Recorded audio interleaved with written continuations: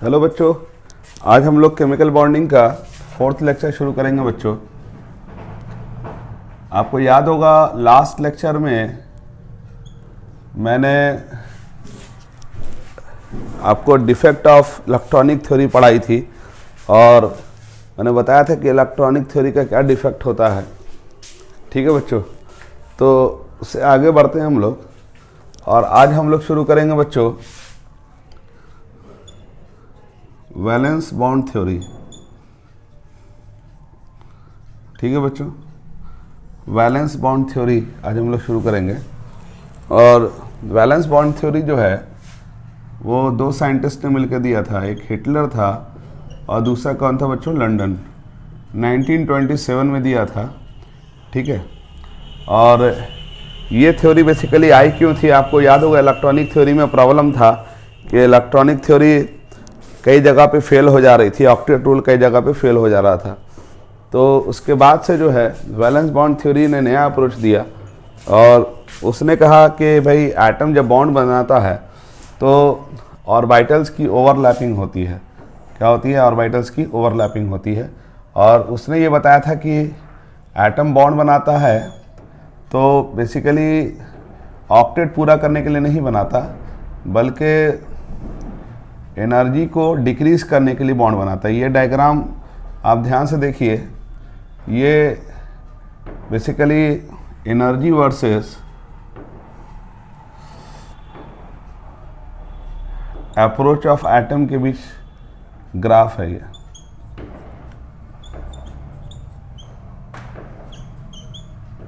ठीक है, बेसिकली आप देखेंगे तो दो एटम एक दूसरे की तरफ बढ़ रहा बॉन्ड बनाने के लिए, तो दोनों एटम जैसे जैसे एक दूसरे के करीब आ रहा है तो देखो इधर एनर्जी है, तो जैसे जैसे करीब आ रहा है तो देखो एनर्जी क्या हो रही, घट रही। पहले देखो एनर्जी पहले यहाँ थी, ठीक है, मतलब इस जगह पे थी, लेकिन जैसे जैसे करीब आ रहा है तो एनर्जी बेसिकली डाउन होती जा रही है। और एटम एक दूसरे के करीब आ जाएगा तो एनर्जी और घट जाएगी। और कुल मिलाकर के जब एटम एक दूसरे के काफ़ी करीब आ जाएगा बच्चों, यानी एक दूसरे में ओवरलैप कर जाएगा, तो उस वक्त एनर्जी सबसे लोएस्ट स्टेट में होगी और यहाँ दोनों एटम एक दूसरे में ओवरलैप कर जाएगा। यानी बेसिकली वो ये बताना चाह रहे हैं कि एटम जो है बॉन्ड बनाता है एनर्जी को डिक्रीज करने के लिए, एनर्जी को घटाने के लिए। और एनर्जी को घटाने का मकसद क्या है कि बेसिकली जब आप देखेंगे जैसे जैसे दो एटम एक दूसरे की तरफ बढ़ रहे होंगे तो इसमें दो तरह का फोर्स काम कर रहा होता है, एक अट्रैक्शन का फोर्स काम करता है, एक रिपल्शन का फोर्स काम करता है। अब आप पूछेंगे सर अट्रैक्शन का फोर्स कैसे काम कर रहा है, रिपल्शन का फोर्स कैसे काम कर रहा है, तो थोड़ा सा दिमाग लगा के सोचो, ये दो एटम है और इसके बीच में न्यूक्लियस है, तो इसके न्यूक्लियस पे प्लस चार्ज है और दूसरे एटम के न्यूक्लियस पे भी प्लस चार्ज है, तो प्लस चार्ज आपस में एक दूसरे के करीब आएगा तो रिपल्शन करेगा। ठीक है, तो यहाँ एक रिपल्शन का फोर्स काम किया। दूसरी बात, इसका एटम का इलेक्ट्रॉन और इसके एटम के इलेक्ट्रॉन के बीच भी तो रिपल्शन होगा ना बच्चों, क्योंकि इलेक्ट्रॉन पे माइनस चार्ज होता है और इसके इलेक्ट्रॉन पे भी माइनस चार्ज, तो रिपल्शन होगा। तो देखो यहाँ दो रिपल्शन का काम कर रहा है, दो न्यूक्लियस के बीच रिपल्शन हो रहा है, दो एटम के इलेक्ट्रॉन के बीच रिपल्शन हो रहा है, लेकिन यहाँ पर अट्रैक्शन का भी काम हो रहा है। देखो कैसे, इस न्यूक्लियस का एटम, इस एटम का न्यूक्लियस इस एटम के इलेक्ट्रॉन को अट्रैक्ट कर रहा होगा और इस एटम का न्यूक्लियस इस एटम के इलेक्ट्रॉन को अट्रैक्ट कर रहा होगा। तो यानी यहाँ दो तरह का अट्रैक्शन है, दो तरह का रिपल्शन है। अब ये एटम एक दूसरे के तब तक करीब आता रहेगा जब तक कि अट्रैक्शन का फोर्स रिपल्शन के फोर्स पे हावी होगा। अब ये हमेशा याद रखो बच्चों कि अट्रैक्शन के फोर्स से जब भी अपोजिट चार्ज में अट्रैक्शन होता है तो एनर्जी डिक्रीज करती है। क्या होती है बच्चों? एनर्जी डिक्रीज करती है। तो जैसे जैसे एटम एक दूसरे के करीब आ रहा है तो ये तभी करीब आ सकता है जब अट्रैक्शन का फोर्स रिपल्शन के फोर्स से ज़्यादा हो।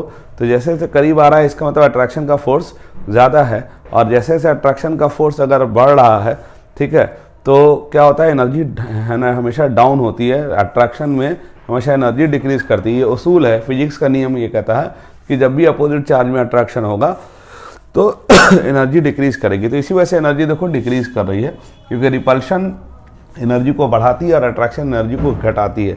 तो यहाँ एटम एक दूसरे के करीब आ रहा है और फाइनली एक दूसरे में एटम एक दूसरे से ओवरलैप कर गया। ओवरलैप करने का मतलब क्या होता है कि दोनों एटम का जो एंड है, जो एंड वाले ऑर्बिटल है, ये एक दूसरे के साथ ओवरलैप कर जाते हैं। तो हिटलर और लंदन ने कहा कि एटम बॉन्ड बनाता है एनर्जी को घटाने के लिए, और वो क्या करता है कि जो वहाँ पर एटम एक दूसरे में ओवरलैप करेगा, तो उन्होंने ओवरलैपिंग का कॉन्सेप्ट दिया। ठीक है, तो आइए हम लोग देखते हैं इनका मेन पॉसिबिलिटीज क्या है।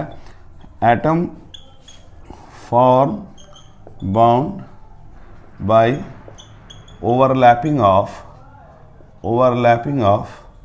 atomic orbitals, यानी एटम बॉन्ड बनाता है एटॉमिक ऑर्बिटल्स के ओवरलैपिंग करने से, पहली बात। दूसरी बात कि only and only those orbitals which have unpaired electron will take part in overlapping, that is take part in bonding। तो बच्चों सबसे पहली बात उन्होंने कही कि जब दो एटम है ना बॉन्ड बनाता है तो दोनों एटम में क्या होता है, ओवरलैपिंग होती है। दूसरी बात उन्होंने कहा कि जो एटम के जो ऑर्बिटल्स ओवरलैप करेंगे तो सिर्फ वही ऑर्बिटल्स ओवरलैप कर सकते हैं बच्चों जिसके पास अनपेयर्ड इलेक्ट्रॉन हो। तो ध्यान से सुनो क्या बोल रहा हूँ, सिर्फ वही ऑर्बिटल ओवरलैप करेंगे जिनके पास अनपेयर्ड इलेक्ट्रॉन हो, बाकी जो ऑर्बिटल्स जिनके पास पेयर्ड इलेक्ट्रॉन है ओवरलैप करने में भाग नहीं लेंगे। मैं इसको एग्जाम्पल से समझाऊंगा, पहले बात को पहले मोटे मोटे तौर पर समझ लीजिए। पहली बात उन्होंने कहा कि एटम बॉन्ड बनाता है ओवरलैपिंग करके। दूसरी बात कि ऑर्बिटल वही ऑर्बिटल ओवरलैप करते हैं जिनके पास अनपेयर्ड इलेक्ट्रॉन होता है, पेयर्ड वाले ऑर्बिटल्स ओवरलैपिंग में पार्टिसिपेट नहीं कर सकते। ठीक है, overlapping are of two type. Overlapping दो तरह का होता है। पहला है हेड ऑन ओवरलैपिंग।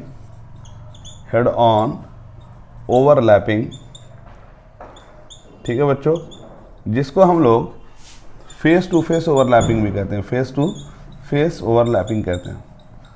ठीक है बच्चों, अगर कोई बात अगर लिखा हुआ समझ में नहीं आ रहा हो तो जो मैं बोल रहा होता हूँ वही लिख रहा होता हूँ। तो ओवरलैपिंग दो तरह का होता है, overlapping are of two type. पहला हेड ऑन ओवरलैपिंग जिसको हम लोग क्या बोलते हैं बच्चों, और में फेस टू फेस ओवरलैपिंग बोलते हैं। दूसरा होता है साइड वाइज ओवरलैपिंग। ठीक है, जिसको हम लोग लैटरल ओवरलैपिंग भी बोलते हैं। क्या बोलते हैं बच्चों, लैटरल ओवरलैपिंग बोलते हैं।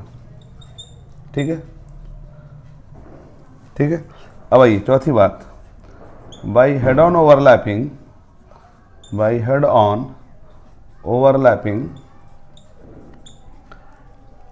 Sigma covalent bond is form. Sigma covalent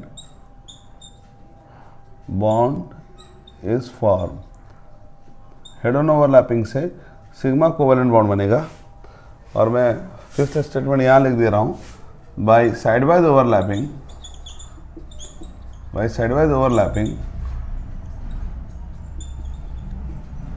pi covalent bond is form. ठीक है बच्चों, तो आइए हम देखते हैं क्या क्या स्टेटमेंट हुआ वैलेंस बॉन्ड थ्योरी का। पहला स्टेटमेंट ये होगा बच्चों कि atom form bond by overlapping of atomic orbitals. Atom bond बनाता है ऑर्बिटल्स के ओवरलैप करने पे। जैसा कि डायग्राम आप देख रहे हैं, एटम एक दूसरे से दूर है लेकिन जैसे जैसे नज़दीक आ रहा है तो एनर्जी घट रही है और फाइनली एक दूसरे में ओवरलैप कर जा रहा है। और ये मिनिमम डिस्टेंस है, इससे ज़्यादा नज़दीक नहीं आ सकता एटम, क्योंकि अगर इससे ज़्यादा नज़दीक आएगा बच्चों तो देखो एनर्जी घटते घटते मिनिमम स्टेट में आ गई है। इसी को एनर्जी को हम लोग बोलते हैं बॉन्ड एनर्जी। क्या कहते हैं, बॉन्ड एनर्जी। मतलब इससे ज़्यादा एनर्जी, इससे कम एनर्जी नहीं हो सकती। अगर इससे ज़्यादा एटम नज़दीक आएगा तो देखो फिर एनर्जी ऊपर की तरफ भाग रही है। ठीक है बच्चों, तो पहली बात उसने कही कि एटम बॉन्ड बनाता है ऑर्बिटल के ओवरलैप करने से। फिर उसने कहा कि only and only those orbital which have unpaired electron. सिर्फ वही ऑर्बिटल बॉन्ड बनाने में भाग लेंगे जिनके पास क्या होगा मेरे बच्चों, अनपेयर्ड इलेक्ट्रॉन होगा। ठीक है, और तीसरी बात उन्होंने कही कि ओवरलैपिंग दो तरह का होता है, हेड ऑन ओवरलैपिंग, ठीक है, जिसको हम लोग फेस टू फेस ओवरलैपिंग कहते हैं, और जो दूसरा होता है साइड वाइज ओवरलैपिंग, जिसको हम लोग क्या कहते हैं बच्चों, लैटरल ओवरलैपिंग भी कहते हैं। और चौथी बात उसने कही कि भाई head on overlapping sigma covalent bond is form. और पांचवी बात उसने कही कि साइड वाइज ओवरलैपिंग कौन सा बॉन्ड बनेगा बच्चों, पाई कोवेलेंट बॉन्ड बन जाएगा बच्चों। ठीक है बच्चों, अब मैं इसको एग्जाम्पल से समझाता हूँ बच्चों। एग्जाम्पल से आपको बात अच्छी तरह से समझ में आ जाएगी। जैसे मैं एक सिंपल मॉलिक्यूल्स लेके चल रहा हूँ, ऐसे मान लो नाइट्रोजन का केस है, N2 मॉलिक्यूल्स बन रहा है। ठीक है बच्चों, अब मैं उस पर आपको वैलेंस बॉन्ड थ्योरी अप्लाई करके दिखा रहा हूँ। ठीक है, तो आप देखेंगे कि कैसे एटम एक दूसरे से बॉन्ड बना रहा है। ठीक है। और इसको ज़रा बारीकी से समझिएगा क्योंकि आपके एग्ज़ाम में यहीं से क्वेश्चन आने वाला है। तो मैं एग्जांपल ले रहा हूँ N2 मॉलिक्यूल्स का। आप जानते हैं N2 में नाइट्रोजन नाइट्रोजन के बीच ट्रिपल बॉन्ड बनता है, ठीक है बच्चों। तो इसमें ये याद रखना है कि जो ट्रिपल बॉन्ड होता है उससे मिडिल वाला बॉन्ड सिग्मा होता है, बाकी दोनों बॉन्ड पाई बॉन्ड होता है। याद रखेंगे कि जब भी सिंगल बॉन्ड होगा तो हमेशा सिग्मा बॉन्ड होगा। जैसे हाइड्रोजन हाइड्रोजन के बीच बॉन्ड बना तो that one is only sigma bond. जैसे ऑक्सीजन ऑक्सीजन के बीच बॉन्ड बना तो एक सिग्मा हो गया एक पाई हो गया, ठीक है। तो ये याद रखना है कि कई बार एग्जाम में आता है कि सिग्मा बॉन्ड और पाई बॉन्ड काउंट करो, तो याद रखो जो अगर दो एटम के बीच अगर सिंगल बॉन्ड बनता है तो वो सिर्फ सिंगल बॉन्ड सिर्फ सिग्मा बॉन्ड होगा। अगर डबल बॉन्ड बनता है बच्चों तो एक सिग्मा होगा एक पाई होगा। अगर ट्रिपल बॉन्ड बनता है तो एक सिग्मा दो पाई होगा। अब हमेशा याद रखना कि सिग्मा का नंबर एक ही रहेगा, पाई बढ़ सकता है, ठीक है, और मैक्सिमम पाई 2 बनता है, ठीक है। अब मैं इसको एग्जाम्पल पे फिट करके दिखा रहा हूँ। जैसे नाइट्रोजन है 1s2 2s2 2p3, ठीक है बच्चों। उसी तरह दूसरा नाइट्रोजन है तो 1s2 2s2 2p3, है ना। अब इसका ब्लॉक डायग्राम अगर हम बना के देखेंगे तो ये 1s2 है, am I right, this one is 2s2 and this one is 2p3, ठीक है बच्चों। अब देखो यहाँ पर 2p3 में 3 अनपेयर्ड इलेक्ट्रॉन है, px py और pz। p में 3 ऑर्बिटल होते हैं। उसी तरह यही ब्लॉक डायग्राम हम नाइट्रोजन इधर वाले नाइट्रोजन के लिए भी बना रहे हैं, 1s2, ठीक है बच्चों, 2s2 और 2p3। इसमें भी देखो 3 अनपेयर्ड इलेक्ट्रॉन है, ठीक है, लेकिन इसमें स्पिन उल्टा दिखा रहे हैं। अब बोलोगे सर ऐसा क्यों किया? क्योंकि जब भी ओवरलैपिंग होगी तो पैरेलल स्पिन में ओवरलैपिंग नहीं होती, अपोजिट स्पिन में ओवरलैपिंग होती है, ठीक है। तो अब देखो यहाँ px का ओवरलैपिंग px से होगा, py की ओवरलैपिंग py से हो जाएगी, pz की ओवरलैपिंग pz से हो जाएगी। बाकी 1s 2s ओवरलैपिंग में भाग नहीं लेगा। अब आप बोलेंगे सर क्यों नहीं भाग लेगा? क्योंकि अभी मैंने क्या कहा कि ओवरलैपिंग के लिए शर्त है कि अनपेयर्ड इलेक्ट्रॉन्स होंगे वही, है ना, ओवरलैपिंग कर सकते हैं। तो मैं इसको एनर्जी डायग्राम ऑर्बिटल के डायग्राम से बना के दिखा रहा हूँ। आप जानते हैं कि P में, है ना, डम्बल शेप होता है, तो P में 3 ऑर्बिटल है, तो यहाँ पर 3 ऑर्बिटल्स इस तरह से नज़र आते हैं, ठीक है। ये pz है, इसको फ्रंट वाले को pz मानते हैं, ये py है, ये px है। ये याद रखना कि pz को हमेशा क्या मानते हैं? एक्सियल मानते हैं, यानी फ्रंट पे मानते हैं, ठीक है। और इधर दूसरे नाइट्रोजन का भी pz सामने होगा। अब यहाँ पर इलेक्ट्रॉन, है ना, सीधे स्पिन से दिखाएंगे, ठीक है बच्चों, और इधर जो है अपोजिट स्पिन से दिखाएंगे, क्योंकि ओवरलैपिंग के लिए शर्त क्या है कि स्पिन उल्टा होना चाहिए, ठीक है। अगर पैरेलल स्पिन होगा तो ओवरलैपिंग नहीं होगी। अब देखो यहाँ पर pz और ये क्या है? py है, और ये क्या है? px है। तो अब ध्यान से देखो यहाँ pz की ओवरलैपिंग किससे हो जाएगी? pz से। अब देखो फ्रंट वाला ऑर्बिटल तो pz है ना, क्योंकि आप जानते हैं कि आपको याद होगा ऑर्बिटल 3 डायमेंशनल होता है, इस तरह से होता है, ठीक है। ये आपका 3 ऑर्बिटल्स है, ठीक है, इधर दिख रहा है। तो आपके तरफ जो हम दिखा रहे हैं ये ग्रीन है ना पेन है, ये फ्रंटल है। अब उधर से आप ही की तरफ से दूसरा एटम आ रहा होगा तो उसका pz भी सामने आएगा। तो ऑब्वियसली देखो जरा pz सामने आपके इधर से भी आएगा तो हेड ऑन ओवरलैपिंग करेगा, तो बाकी जो pz अगर फ्रंट से आया तो py और px क्या हो जाएगा? साइड वाइज हो जाएगा। तो डेफिनेटली क्या होगा? डायग्राम कैसे बनेगा? तो मैं इसको बना के दिखाता हूँ। ये pz है, ठीक है, और इधर से pz आ रहा है, ठीक है।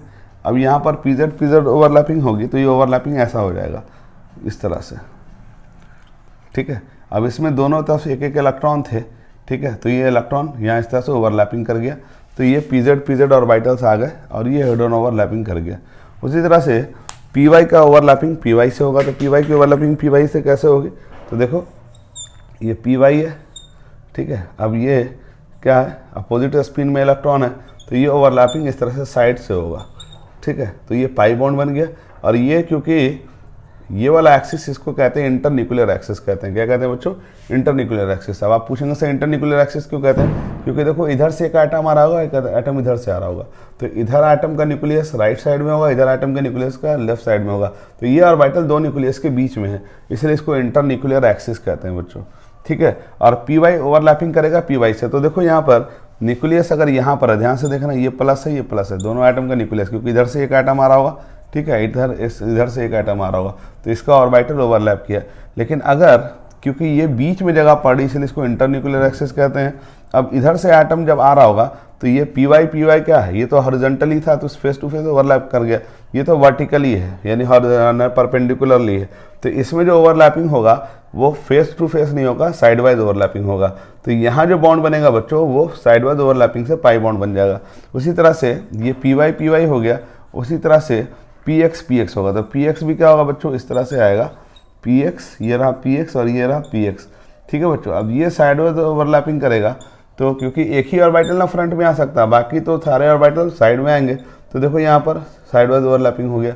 तो यहाँ पर कुल मिला करके ऐसे आप समझेंगे तो ये दोनों ऑर्बिटल फ्रंट पे आ गए, ठीक है, और ये पी वाई ना साइड से आ गए, ठीक है। इनका लोब्स हम दोनों तरफ मिला दे रहे हैं। उसी तरह पी एक्स का ओवरलैपिंग पी एक्स से हो रहा है, ठीक है बच्चों। तो ये इस तरह से ओवरलैपिंग करेगा, नहीं ट्रिपल बॉन्ड बन गया, ठीक है। तो नाइट्रोजन का एग्जाम्पल आपको समझ में आ गया होगा बच्चों। उसी तरह से जहाँ पर भी अनपेयर्ड इलेक्ट्रॉन्स होगा तो ये ओवरलैपिंग कर जाएगा। और याद रखिएगा कि अगर सिंगल बॉन्ड बनता है तो वो सिर्फ हेड ऑन ओवरलैपिंग होगा। अगर जो है आपका डबल बॉन्ड बनता है तो इसमें एक सिग्मा एक पाई होगा, और अगर डबल बॉन्ड बनेगा तो एक सिग्मा दो पाई होगा। जैसे आपके एग्जाम में आपको है ना ये पूछ सकता है, मैं इसको मिटा रहा हूँ, आप लोगों को समझ में आ गया होगा। यहाँ ट्रिपल बॉन्ड बना है, दोनों तरफ से तीन तीन अनपेयर्ड इलेक्ट्रॉन है, ठीक है। यहाँ पर पी जेड फ्रंट से ओवरलैपिंग कर गया है, पी वाई साइड से ओवरलैप कर गया, पी एक्स भी साइड से ओवरलैप कर गया। तो ट्रिपल बॉन्ड में एक सिग्मा दो पाई बॉन्ड होगा, ठीक है बच्चों। अब ये याद रखिएगा कि क्योंकि सिग्मा बॉन्ड जो है बच्चों वो फ्रंट से ओवरलैपिंग करता है तो डेफिनेटली ओवरलैपिंग का एक्सटेंट ज़्यादा होगा, क्योंकि जो फ्रंटल ओवरलैपिंग होती है उसमें क्या होता है कि अप्रोच जो होता है परफेक्ट होता है, सिमेट्री परफेक्ट होती है। तो सिग्मा बॉन्ड हमेशा इसी वजह से स्ट्रांग होगा। और पाई बॉन्ड में जो है बच्चों इलेक्ट्रॉन की डेंसिटी क्या होती है ना कमज़ोर होती है, क्योंकि साइड वाइज ओवरलैपिंग में क्या होता है कि electron density above and below plane होती है। मैं इसको भी डिफरेंस में समझा दूंगा।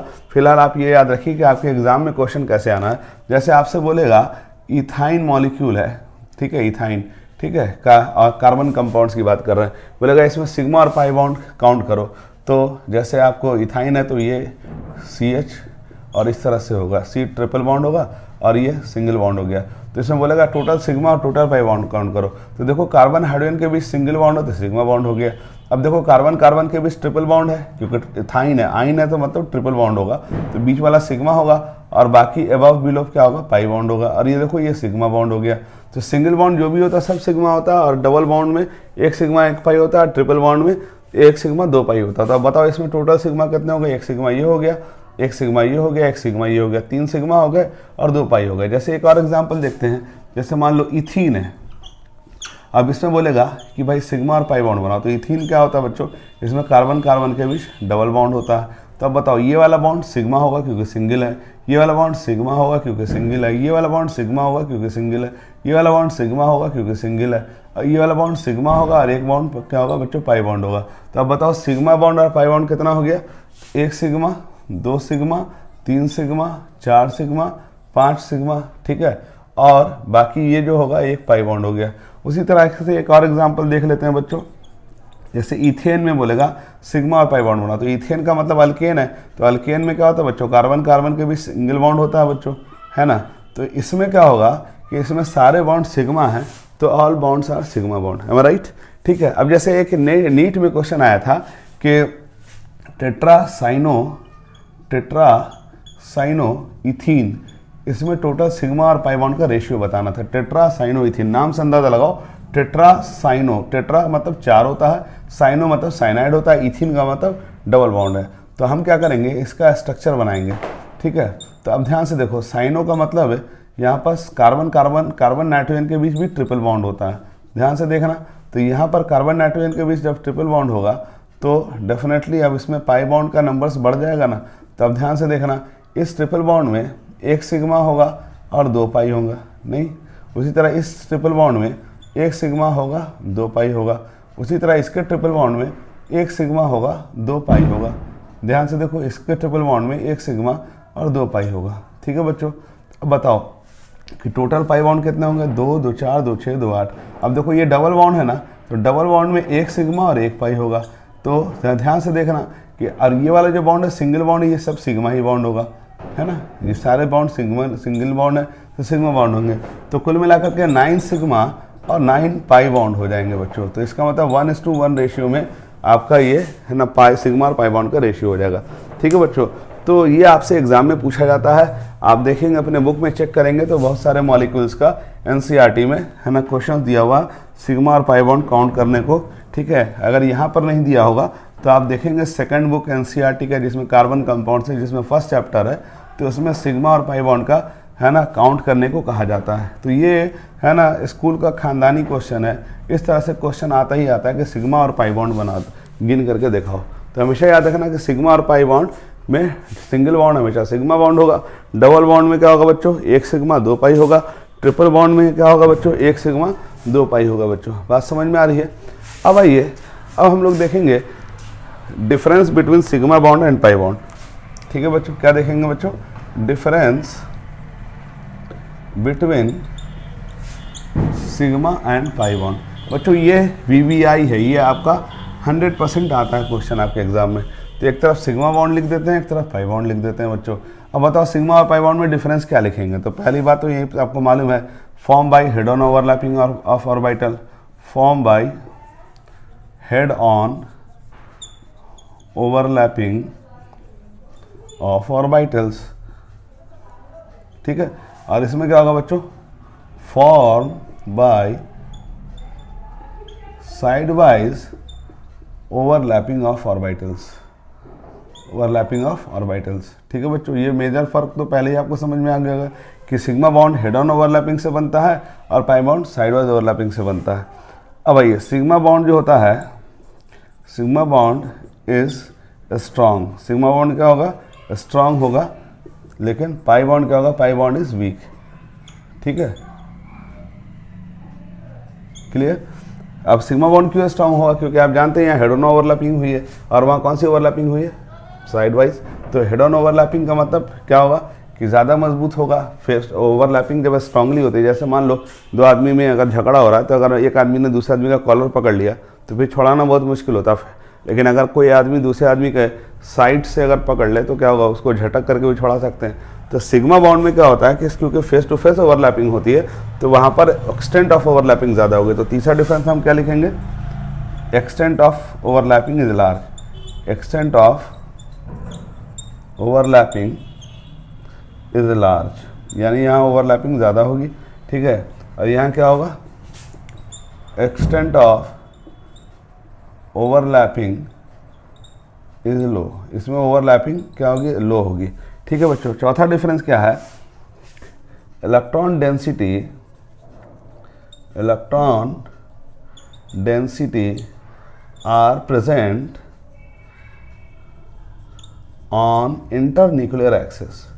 क्या होता है बच्चों? Internuclear axis. अब आप बोलेंगे सर इंटरन्यूक्लियर एक्सिस क्या होता है? तो अभी मैंने कुछ देर पहले बताया था कि जब ओवरलैपिंग होती है, ध्यान से देखो ये दो एटम ओवरलैप कर रहा, ऐसे ये न्यूक्लियस है दोनों एटम का, तो ओवरलैपिंग हो रही, तो ये वाला जो एक्सिस होता है इसको कहते हैं इंटरन्यूक्लियर एक्सिस। तो हेड ऑन ओवरलैपिंग होगा तो कैसे होगा? मैंने भी बताया था कि इस तरह से दोनों ऑर्बिटल्स ओवरलैप कर जाएंगे। तो ये इलेक्ट्रॉन डेंसिटी क्या होती है? दो न्यूक्लियस के बीच में होती है। लेकिन अगर साइडवाइज ओवरलैपिंग होगा तो देखो यहाँ पर क्या होगा? परपेंडिकुलर टू द प्लेन होगा। इसको कहते हैं नोडल प्लेन। क्या कहते हैं बच्चों? Nodal plane. तो यहाँ जो इलेक्ट्रॉन डेंसिटी होगी वो कहाँ होगी? जो सिग्मा बॉन्ड में इलेक्ट्रॉन डेंसिटी होगी वो इंटरन्यूक्लियर एक्सिस पे होगी। यही वजह है बच्चों कि सिग्मा बॉन्ड स्ट्रांग होता है। आप बोलेंगे सर स्ट्रांग क्यों होगा? तो एक तो ओवरलैपिंग ज़्यादा है और दूसरा ये कि इलेक्ट्रॉन डेंसिटी कहाँ मौजूद है? दो न्यूक्लियस के बीच में है। अब बताओ न्यूक्लियस एक दूसरे के सामने रहेगा तो क्या करेगा? रिपल्शन तो करेगा ना। लेकिन क्योंकि दोनों न्यूक्लियस के बीच में इलेक्ट्रॉन की दीवार आके खड़ी हो गई तो दोनों न्यूक्लियस का रिपल्शन अपने आप क्या हो जाएगा? डिमिनिश कर जाएगा, खत्म हो जाएगा। तो इसलिए सिग्मा बॉन्ड स्ट्रांग होने के दो रीजन्स हैं। एक तो रीजन्स ये है कि हेड ऑन ओवरलैपिंग होगी तो एक्सटेंट ऑफ ओवरलैपिंग ज़्यादा होगी, और दूसरा बच्चों ये है कि यहाँ इलेक्ट्रॉन डेंसिटी इंटरन्यूक्लियर एक्सिस पे होगा, जिसकी वजह से न्यूक्लियस का रिपल्शन क्या हो जाएगा बच्चों? कम हो जाएगा। तो अगर आपसे कभी पूछ दे कि why sigma bond is stronger than pi bond, तो हम कहेंगे because of sigma bond is form by head on overlapping. It means कि ओवरलैपिंग का एक्सटेंट ज़्यादा होगा, ओवरलैपिंग एक्सटेंट इज लार्ज। ठीक है, और दूसरा ये कि electron density are present on internuclear axis, यानी दो न्यूक्लियस के बीच में इलेक्ट्रॉन डेंसिटी है तो न्यूक्लियस का रिपल्शन अपने आप क्या होगा बच्चों? कम होगा, तो जिसकी वजह से स्टेबिलिटी ज़्यादा होगी। अब यहाँ पर क्या है? तो पाई बॉन्ड में electron density are present on nodal plane. यहाँ नोडल प्लेन में होगी, यानी न्यूक्लियर एक्सिस पे नहीं होगी, तो एबव द प्लेन होगा, बिलो द प्लेन होगा। यानी ये जो है न्यूक्लियस यहाँ पर है तो इस वाले एक्सिस पे होगा, यानी perpendicular to the internuclear axis होगा। तो इलेक्ट्रॉन डेंसिटी ऊपर नीचे होगी ना, क्योंकि दोनों लोब साइड से ओवरलैप करेगा। तो ध्यान से देखो, दोनों लोब साइड से ओवरलैप किया है, तो इलेक्ट्रॉन डेंसिटी यहाँ और यहाँ मौजूद होगी। यहाँ वाला एरिया तो पूरा खाली है, देखो यहाँ वाले एरिया में तो न्यूक्लियस है, तो न्यूक्लियस वाला एरिया जो है ये खाली हो गया है। और पाई बॉन्ड बन रहा है, तो क्योंकि ऊपर और नीचे इलेक्ट्रॉन डेंसिटी ज़्यादा है, तो न्यूक्लियस के बीच जो है इलेक्ट्रॉन डेंसिटी गायब हो जाएगी, इसलिए पाई बॉन्ड क्या होता है बच्चों, कमज़ोर हो जाता है। तो ये आपके एग्जाम में आता है कि भाई सिग्मा पाई में डिफरेंस बताओ। बच्चों ये क्वेश्चन आना ही आना है, ठीक है, आता ही आता है, नहीं आने का सवाल ही नहीं उठता। लेकिन अगर गलती से ना आए हैं तो गुस्सा ना मत, लेकिन मैं आपको बता दूं this one is the most, है ना, खानदानी क्वेश्चन। मतलब खानदानी का मतलब कि आपके टीचर को जब भी क्वेश्चन पूछना होता है तो वो क्वेश्चन यही देता है कि भाई सिग्मा और पाई बॉन्ड में डिफरेंस बता दो। तो सिग्मा पाई बॉन्ड में क्या डिफरेंस हो गया, पहला हेड ऑन ओवरलैपिंग से बनता है sigma bond, pi bond sideways overlapping से बनता है। दूसरा सिंगल बॉन्ड स्ट्रांग होता है, सिग्मा बॉन्ड स्ट्रांग होता है, और इसमें पाई बॉन्ड क्या होता है, वीक होता है। एक्सटेंट ऑफ ओवरलैपिंग लार्ज होता है, extent of overlapping pi bond में कम होता है। इसमें इलेक्ट्रॉन डेंसिटी इंटरन्यूक्लियर एक्सिस पे होती है, और इलेक्ट्रॉन डेंसिटी क्या होती है यहाँ पर पाई बॉन्ड में नोडल प्लेन पे होती है। अब ये याद रखना कि जहाँ पर भी सिंगल बॉन्ड बनेगा हमेशा सिग्मा ही बॉन्ड बनेगा, याद रहेगा बच्चों। जहाँ पर भी सिंगल बॉन्ड बनेगा हमेशा सिग्मा बॉन्ड बनेगा, और जहाँ पर भी डबल बॉन्ड बनेगा बच्चों तो उसमें एक सिग्मा एक पाई हो जाएगा। जहाँ पर ट्रिपल बॉन्ड बनेगा बच्चों उसमें एक सिग्मा दो पाई हो जाएगा। ध्यान से सुनो, जहाँ ट्रिपल बॉन्ड बनेगा वहाँ एक सिग्मा दो पाई होगा। आपके एग्जाम में कैसे क्वेश्चन आएगा, सिग्मा और पाई बॉन्ड को काउंट कर लो, ठीक है बच्चों। तो सिग्मा और पाई बॉन्ड को काउंट करने के लिए आपको स्ट्रक्चर बनाना पड़ेगा। जैसे एक और एग्जांपल देखते हैं, जैसे बोलेगा CO2 में सिग्मा और पाई बॉन्ड कितना है, तो देखो कार्बन की वैलेंसी कितनी होती है, 4 होती है, ठीक है। अब यहाँ पर ऑक्सीजन की वैलेंसी 2 होती है, तो कार्बन अपने 4 वैलेंसी को कैसे सेटिस्फाई करेगा, 2 बॉन्ड इस ऑक्सीजन से बना देगा, 2 बॉन्ड इस ऑक्सीजन से बना देगा। तो बताओ इसमें डबल बॉन्ड बन गया तो एक सिग्मा हो गया, एक पाई हो गया। उसी तरह इस बॉन्ड में एक सिग्मा हो गया, एक पाई हो गया। अब बताओ इसमें टोटल सिग्मा कितने हो गए, 2 सिग्मा हो गए और 2 पाई हो गए। इसका मतलब 1:1 रेशियो में सिग्मा और पाई बॉन्ड का रेशियो मौजूद है, ठीक है बच्चों। बात समझ में आ रही है। तो ये बात थी जो मैंने आपको बता दी, ठीक है। तो ये आपके एग्जाम में वैलेंस बॉन्ड थ्योरी से जब भी क्वेश्चन आएगा तो वैलेंस बॉन्ड थ्योरी से सिग्मा और पाई बॉन्ड के डिफरेंस आएंगे, ठीक है। और दूसरा आपसे पूछेगा कि भाई सिग्मा और पाई बॉन्ड काउंट करके दिखा दो, ये आपके एग्जाम में आता ही आता है, ठीक है। अब हम लोग देखेंगे drawback of valence bond theory. Valence bond theory की क्या खराबी है, आप बोलेंगे सर इसमें भी खराबी है। हाँ बच्चों इसमें भी खराबी होती है, ठीक है। तो हम लोग देखेंगे डिफेक्ट ऑफ VBT। पहला डिफेक्ट क्या है कि उन्होंने कहा था कि सिर्फ वही ऑर्बिटल पार्टिसिपेट करेंगे जिसके पास क्या होगा, अनपेयर्ड इलेक्ट्रॉन होगा। तो अब ज़रा दिमाग लगा के सोचो कि कार्बन के केस में बच्चों 1s2 2s2 2p2 होता है ना बच्चों। अब बताओ इसका ब्लॉक डायग्राम बनाएंगे बच्चों, तो बताओ इसमें कितने अनपेयर्ड इलेक्ट्रॉन दिख रहे हैं, ज़रा बताना। 2 अनपेयर्ड दिख रहे हैं ना, 1s तो पूरा भरा हुआ है, 2s भी भरा हुआ है, 2p में 2 अनपेयर्ड है। तो कार्बन को तो 2 अनपेयर्ड है तो 2 बॉन्ड बनाना चाहिए, क्योंकि उसने वैलेंस बॉन्ड थ्योरी ने क्या कहा था कि सिर्फ वही ऑर्बिटल पार्टिसिपेट करेंगे बॉन्ड बनाने में जिसके पास अनपेयर्ड इलेक्ट्रॉन होगा। तो कार्बन के पास तो 2 अनपेयर्ड इलेक्ट्रॉन है, लेकिन आप जानते हैं क्या कि कार्बन 4 बॉन्ड बनाता है, CH4 में बनाता है, CCl4 में बनाता है। तो ये पहला सवाल ये आता है कि जब नंबर ऑफ अनपेयर्ड इलेक्ट्रॉन कम थे तो ज़्यादा बॉन्ड कैसे बना। तो ये डिफेक्ट में आ जाएगा, how atom form large number of bonds even they have low number of unpaired electron, low number of unpaired electron. जैसे एग्जांपल देखा हमने, देखो कार्बन में 2 अनपेयर्ड इलेक्ट्रॉन है, लेकिन कार्बन कितना बॉन्ड बनाता है बच्चों, 4 बॉन्ड बनाता है। 2p में 2 इलेक्ट्रॉन है अनपेयर्ड। तो ये पहला सवाल है। उसी तरह एक और एग्जांपल देख सकते हैं, जैसे हम देखेंगे बेरिलियम है 1s2 2s2 और 2p0। अब बताओ इसमें कितने अनपेयर्ड इलेक्ट्रॉन है, एक भी अनपेयर्ड तो नहीं है ना, लेकिन बेरिलियम BeCl2 बनाता है कि नहीं बनाता है। हालांकि इसके पास अनपेयर्ड इलेक्ट्रॉन तो है ही नहीं, तो एक भी बॉन्ड नहीं बनाना चाहिए, क्योंकि एटम ओवरलैपिंग कब करेगा, जब इसके पास अनपेयर्ड इलेक्ट्रॉन होगा। तो बेरिलियम के पास तो एक भी अनपेयर्ड नहीं है लेकिन बेरिलियम 2 बॉन्ड बना रहा है। उसी तरह एक और एग्जांपल देखेंगे, BF3। बोरोन का क्या होता है बच्चों, 1s2 2s2 2p1, 5 होता है ना बच्चों। तो बताओ इसका अनपेयर्ड इलेक्ट्रॉन तो एक ही है ना, तो एक ही बॉन्ड बनाना चाहिए, लेकिन बोरोन कितना बॉन्ड बना रहा है, 3 बॉन्ड बना रहा है। तो ये पहली खराबी समझ में आ गई बच्चों कि अनपेयर्ड इलेक्ट्रॉन कम है, बॉन्ड ज़्यादा कैसे बना रहा है। ठीक है बच्चों, तो ये आपको ध्यान रखना है बच्चों। अब आइए हम बात करते हैं दूसरी खराबी की। दूसरा डिफेक्ट क्या है वैलेंस बॉन्ड थ्योरी का। तो बच्चों दूसरा खराबी ये है बच्चों कि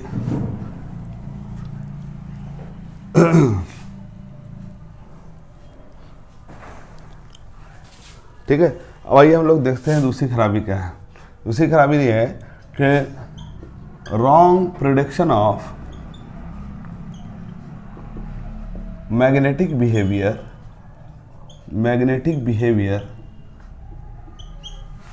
of O2 and B2 molecules. मतलब कि O2 और B2 मॉलिक्यूल का मैग्नेटिक बिहेवियर गलत प्रेडिक्ट कर दिया था। अब आप बोलेंगे सर ये मैग्नेटिक बिहेवियर क्या होता है, थोड़ा बात को समझना। मैग्नेटिक बिहेवियर का मतलब होता है कि दुनिया में 2 तरह का बिहेवियर होता है। एक होता है बच्चों पैरामैग्नेटिक बिहेवियर, ठीक है, पैरामैग्नेटिक, और दूसरा होता है डायमैग्नेटिक। क्या होता है बच्चों, डायमैग्नेटिक। ठीक है, अब ये पैरामैग्नेटिक क्या होता है बच्चों, जो मटेरियल या जो एलिमेंट मैग्नेटिक फील्ड में अपने आप को अरेंज कर लें उसको कहते हैं पैरामैग्नेटिक। जैसे आयरन है, आयरन को अगर मैग्नेट के सामने रखोगे तो आयरन क्या होगा, मैग्नेटिक फील्ड में अरेंज कर जाएगा ना, चुंबक से चिपक जाएगा ना, जो मैग्नेट होता है उससे अट्रैक्ट होता है। तो जो मटेरियल मैग्नेट से अट्रैक्ट होता है उसको कहते हैं पैरामैग्नेटिक। ठीक है, और जो मटेरियल है ना मैग्नेटिक फील्ड में अरेंज नहीं करता उसको कहते हैं डायमैग्नेटिक। और याद रखो बच्चों कि वही मॉलिक्यूल पैरामैग्नेटिक होते हैं जिसमें क्या हो, हैविंग अनपेयर्ड इलेक्ट्रॉन। कौन से इलेक्ट्रॉन हो बच्चों उसमें, unpaired electron, having unpaired electron. और डायमैग्नेटिक क्या होगा, हैविंग पेयर्ड इलेक्ट्रॉन। कौन सा इलेक्ट्रॉन होगा, पेयर्ड इलेक्ट्रॉन। तो अब जरा बताओ कि O2 का मैग्नेटिक बिहेवियर क्या होना चाहिए, इसको सोचो। ऑक्सीजन का होता है 1s2 2s2 2p4। अब बताओ कि ऑक्सीजन 2s2 है और 2p4 है, बताओ इसमें अनपेयर्ड इलेक्ट्रॉन कितने हैं। ध्यान से देखो, इसमें 2 अनपेयर्ड है, px और py और pz में 2 अनपेयर्ड इलेक्ट्रॉन दिख रहा है ना। तो अब सोचो कि ऑक्सीजन अगर बॉन्ड बना ले, मान लो ऑक्सीजन आपस में डबल बॉन्ड बना लिया, तो अब देखो इसके पास 2 अनपेयर्ड इलेक्ट्रॉन थे। तो वो तो बॉन्ड बनाने में तो जब अनपेयर्ड इलेक्ट्रॉन इस्तेमाल होगा तो वो इलेक्ट्रॉन तो पेयर्ड हो जाएगा ना, क्योंकि इधर से एक ऑक्सीजन जा रहा होगा, एक ऑक्सीजन इधर से भी तो आ रहा होगा। तो दोनों के पास 2 अनपेयर्ड है, तो बॉन्ड बनाने से पहले 2 अनपेयर्ड थे, अब बॉन्ड बनाने के बाद क्या होगा, वो पेयर्ड हो जाएंगे। तो फिर जब पेयर्ड इलेक्ट्रॉन होगा तो इसको क्या होना चाहिए, डायमैग्नेटिक होना चाहिए। लेकिन हकीकत में O2 क्या होता है बच्चों, पैरामैग्नेटिक होता है। क्या होता है बच्चों, पैरामैग्नेटिक। तो जब वैलेंस बॉन्ड थ्योरी के मानेंगे तो वैलेंस बॉन्ड थ्योरी कहता है कि जो अनपेयर्ड इलेक्ट्रॉन होते हैं वो बॉन्ड बनाने में भाग लेते हैं। तो उस लिहाज से सवाल ये आता है कि ऑक्सीजन के पास 2 अनपेयर्ड है बॉन्ड बनाने से पहले, तो बॉन्ड बनाने के बाद तो वो पेयर्ड हो जाएंगे बॉन्ड बनाने के बाद। तो उस लिहाज से O2 को डायमैग्नेटिक हो जाना चाहिए। लेकिन हकीकत में जब एक्सपेरिमेंटली ऑब्जर्व किया जाता है तो O2 पैरामैग्नेटिक पाया जाता है। ध्यान से सुनो क्या बोल रहा हूँ, O2 पैरामैग्नेटिक पाया जाता है। तो इनसे सवाल पूछा गया वैलेंस बॉन्ड थ्योरी से कि जब अनपेयर्ड इलेक्ट्रॉन था ही नहीं, अनपेयर्ड इलेक्ट्रॉन तो बॉन्ड बनाने से पहले था ना 2, लेकिन अब वो पेयर्ड हो गया बॉन्ड बनाने के बाद, तो अब तो डायमैग्नेटिक हो जाना चाहिए। लेकिन O2 एक्सपेरिमेंटली क्या ऑब्जर्व किया गया, पैरामैग्नेटिक ऑब्जर्व किया गया। उसी तरह बोरोन में भी यही हाल था। बोरोन क्या होता है बच्चों, 1s2 2s2 2p1। अब बताओ इसमें कितने अनपेयर्ड हैं, देखो 1 अनपेयर्ड है। तो बॉन्ड बनाने से पहले 1 अनपेयर्ड थे, तो बॉन्ड अगर B2 बनता है तो ये जो अनपेयर्ड इलेक्ट्रॉन होंगे वो तो पेयर्ड हो जाएंगे ना बच्चों। तो इस लिहाज से तो इसको तो डायमैग्नेटिक हो जाना चाहिए। लेकिन बोरोन भी क्या होता है बच्चों, पैरामैग्नेटिक होता है। तो ये 2 मॉलिक्यूल का बिहेवियर वैलेंस बॉन्ड थ्योरी के हिसाब से डायमैग्नेटिक बिहेवियर होना चाहिए। लेकिन एक्सपेरिमेंटली जब हम देखते हैं तो O2 जो है बच्चों और B2 क्या होता है बच्चों, पैरामैग्नेटिक होता है। क्या होता है बच्चों, पैरामैग्नेटिक। तो उनसे पूछा गया कि O2 और B2 का आपके लिहाज से तो डायमैग्नेटिक होना चाहिए, क्योंकि अनपेयर्ड इलेक्ट्रॉन तो खत्म हो जाएगा बॉन्ड बनाने के बाद। लेकिन हकीकत में O2 B2 क्या होते हैं बच्चों, पैरामैग्नेटिक होते हैं। तो ये जो प्रेडिक्शन था वैलेंस बॉन्ड थ्योरी का, वो अगेन यहाँ पर O2 और B2 में रॉन्ग हो गया। ठीक है, तो ये सवाल का जवाब भी वैलेंस बॉन्ड थ्योरी नहीं दे पाया बच्चों। 2 खराबी समझ में आ गई बच्चों। अब आइए, पहली खराबी याद है, जब अनपेयर्ड इलेक्ट्रॉन कम है लेकिन बॉन्ड ज़्यादा कैसे बना रहा है। दूसरी खराबी क्या थी बच्चों कि अनपेयर्ड इलेक्ट्रॉन है ना नहीं है, बॉन्ड बनाने के बाद तो अनपेयर्ड इलेक्ट्रॉन नहीं बच रहा, तो इसको तो डायमैग्नेटिक होना चाहिए था, जैसे O2 में देखा और B2 में देखा। लेकिन एक्सपेरिमेंटली क्या ऑब्जर्व किया गया, O2 और B2 क्या होता है बच्चों, पैरामैग्नेटिक होता है। तो ये पूछा गया कि ये पैरामैग्नेटिक कैसे हो गया। हालांकि बॉन्ड बनाने के बाद तो सब इलेक्ट्रॉन पेयर्ड हो गए होंगे, दोनों तरफ से एक एक अनपेयर्ड इलेक्ट्रॉन आएगा, अगर बोरोन में तो पेयर्ड हो जाएगा। उसी तरह O2 में दो दो अनपेयर्ड इलेक्ट्रॉन दोनों तरफ से आएंगे तो पेयर्ड हो जाएगा, तो वो डायमैग्नेटिक होना चाहिए, लेकिन हकीकत में क्या होता है बच्चों, पैरामैग्नेटिक होता है। तो रॉन्ग प्रेडिक्शन हो गया मैग्नेटिक बिहेवियर का। तीसरी खराबी क्या थी, unable to explain fractional bond order. Fractional bond order, fractional bond order क्या एक्सप्लेन नहीं कर पाए। बॉन्ड ऑर्डर क्या होता है बच्चों, बॉन्ड ऑर्डर बोलते हैं number of bond exist in the molecule. Bond order किसे बोलते हैं बच्चों, number of bond exist in the molecule. जैसे हाइड्रोजन हाइड्रोजन के बीच सिंगल बॉन्ड है तो हम कहेंगे उसका बॉन्ड ऑर्डर 1 है। जैसे ऑक्सीजन ऑक्सीजन के बीच 2 बॉन्ड है तो हम कहेंगे बॉन्ड ऑर्डर 2 है। जैसे नाइट्रोजन नाइट्रोजन के बीच ट्रिपल बॉन्ड है तो बॉन्ड ऑर्डर 3 है, ठीक। लेकिन बहुत सारे मॉलिक्यूल में देखा गया बच्चों कि बॉन्ड ऑर्डर है ना फ्रैक्शनल आ रहा है। जैसे फॉर एग्जांपल अगर कहीं पर है ना 2.5 आ जाता है, कहीं पे 3.5 आ जाता है, कहीं पे 1.5 आ जाता है। जैसे एग्जांपल के तौर पे अगर ये कार्बोनेट है, ठीक है बच्चों, ये कार्बोनेट है CO3 माइनस, तो यहाँ पर जो है ना डबल बॉन्ड है, सिंगल बॉन्ड है, सिंगल बॉन्ड है। तो तरीके से तो डबल बॉन्ड की लंबाई क्या होनी चाहिए, छोटी होनी चाहिए। डबल बॉन्ड छोटा होता है, सिंगल बॉन्ड बड़ा होता है। लेकिन जब इन तीनों का बॉन्ड और है ना बॉन्ड की लंबाई नापी गई, बॉन्ड का ऑर्डर नापा गया, तो तीनों का बॉन्ड ऑर्डर करीब करीब 1.33 था। कितना था, 1.33, ठीक है, ठीक है। तो 1.33 है तो फ्रैक्शनल बॉन्ड ऑर्डर हो गया। तो सवाल ये पूछा गया कि भाई आप तो कहते हैं कि एक अनपेयर्ड है तो एक बॉन्ड बनेगा, 2 अनपेयर्ड इलेक्ट्रॉन है तो 2 बॉन्ड बनेगा, 3 अनपेयर्ड है तो 3 बॉन्ड बनेगा। तो ये 1.5 बॉन्ड, 1.25 बॉन्ड, 2.5 बॉन्ड कैसे बन जा रहा, जिसको हम लोग क्या कहते हैं बच्चों, फ्रैक्शनल बॉन्ड ऑर्डर कहते हैं। जैसे एक और एग्जांपल देखते हैं, O3 में, ओजोन में डबल बॉन्ड है और ऑक्सीजन ऑक्सीजन के भी सिंगल बॉन्ड भी है, डबल बॉन्ड भी बनता है, सिंगल बॉन्ड भी बनता है। तो ये डबल और सिंगल के हिसाब से तो ये बॉन्ड ऑर्डर 2 है, इसका बॉन्ड ऑर्डर 1 है। लेकिन जब हम एक्सपेरिमेंटली इसका बॉन्ड ऑर्डर निकालते हैं तो करीब करीब 1.5 बॉन्ड आता है। कितना आता है बच्चों, 1.5 बॉन्ड। इसको कहते हैं फ्रैक्शनल बॉन्ड ऑर्डर। तो वैलेंस बॉन्ड थ्योरी से पूछा गया कि बहुत सारे मॉलिक्यूल्स में 1.5, 2.5, 1.25 बॉन्ड ऑर्डर कैसे आ जाता है, क्योंकि उसने कहा था कि जितने अनपेयर्ड इलेक्ट्रॉन होंगे ये उतना बॉन्ड बनेगा। एक अनपेयर्ड इलेक्ट्रॉन होगा तो एक बॉन्ड बनेगा, 2 अनपेयर्ड होगा तो 2 बॉन्ड बनेगा, 3 अनपेयर्ड होगा तो 3 बॉन्ड बनेगा। तो उनसे पूछा गया कि 1.5 बॉन्ड कैसे बनता है, 2.5 बॉन्ड कैसे बनता है। इस बात का जवाब वैलेंस बॉन्ड थ्योरी के पास नहीं था। तो बच्चों 3 खराबी समझ में आ गई बच्चों, 3 मेजर डिफेक्ट था। पहले क्या था बच्चों, अनपेयर्ड इलेक्ट्रॉन कम है लेकिन बॉन्ड ज़्यादा कैसे बना रहा है। दूसरा प्रॉब्लम क्या था बच्चों कि जो है दूसरा मैंने आपको क्या बताया था, तो उसमें आपको बताया था मैंने कि मैग्नेटिक बिहेवियर गलत प्रेडिक्ट कर दिया था O2 और B2 का। तीसरा मैंने खराबी क्या बताया था कि फ्रैक्शनल बॉन्ड ऑर्डर बहुत सारे मॉलिक्यूल में पाया जाता है, तो इसका भी जवाब वो नहीं दे पा रहे थे। तो 3 मेजर फ्लॉज होने की वजह से बच्चों वैलेंस बॉन्ड थ्योरी क्या हो गया ना, खतरे में आ गया। तो इस बात का जवाब बाद में जाके बच्चों मॉलिक्यूलर ऑर्बिटल थ्योरी ने दिया। किसने बच्चों दिया, मॉलिक्यूलर ऑर्बिटल थ्योरी ने। तो इसको हम नेक्स्ट लेक्चर में बच्चों कवर करेंगे। पहले इसको आप लोग एक बार पढ़ लीजिए, फिर मैं इसके आगे कंटिन्यू करूँगा बच्चों।